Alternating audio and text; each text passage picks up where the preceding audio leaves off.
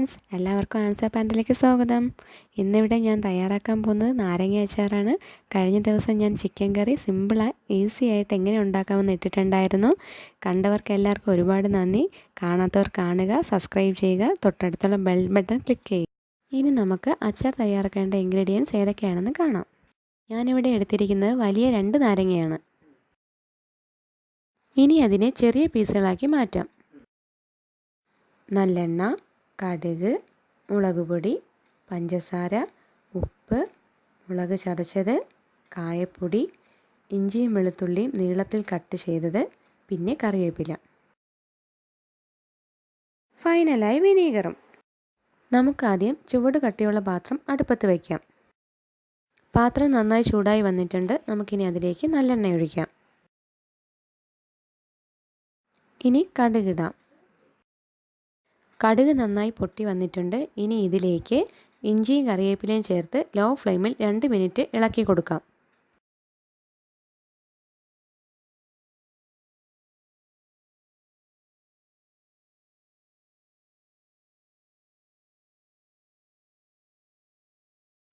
ഇതിലേക്ക് വെളുത്തുള്ളി ചേർക്കാം.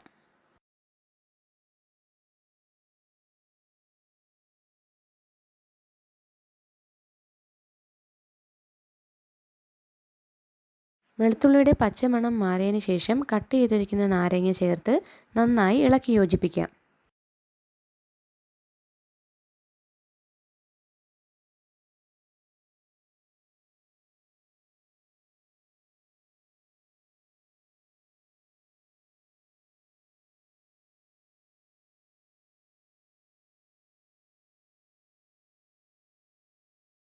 നാരങ്ങ നന്നായി വരട്ടിയ ശേഷം നമുക്കതിലേക്ക് ഉപ്പും പഞ്ചസാരയും ചേർത്ത് ഇളക്കി കൊടുക്കാം.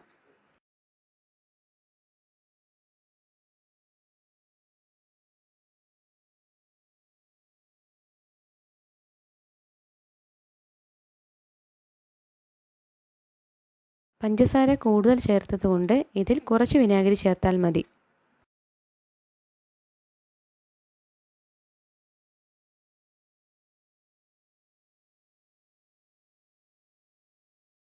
ഇനി നമുക്ക് കായപ്പൊടി ഇടാം.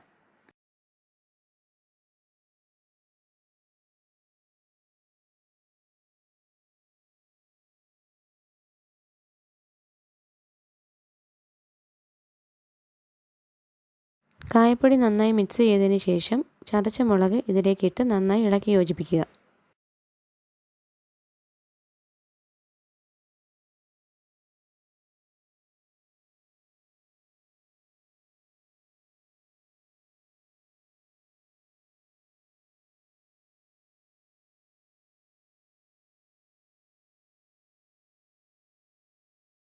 നേരത്തെ എടുത്തു വച്ചിരിക്കുന്ന മുളക് പൊടി ചേർത്ത് നന്നായി ഇളക്കി കൊടുക്കുക.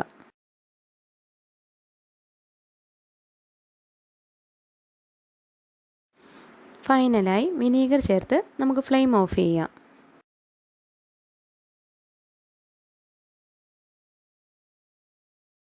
അങ്ങനെ നമ്മുടെ സ്വാദിഷ്ടമായ പെരട്ട് നാരങ്ങ റെഡി ആയിട്ടുണ്ട്.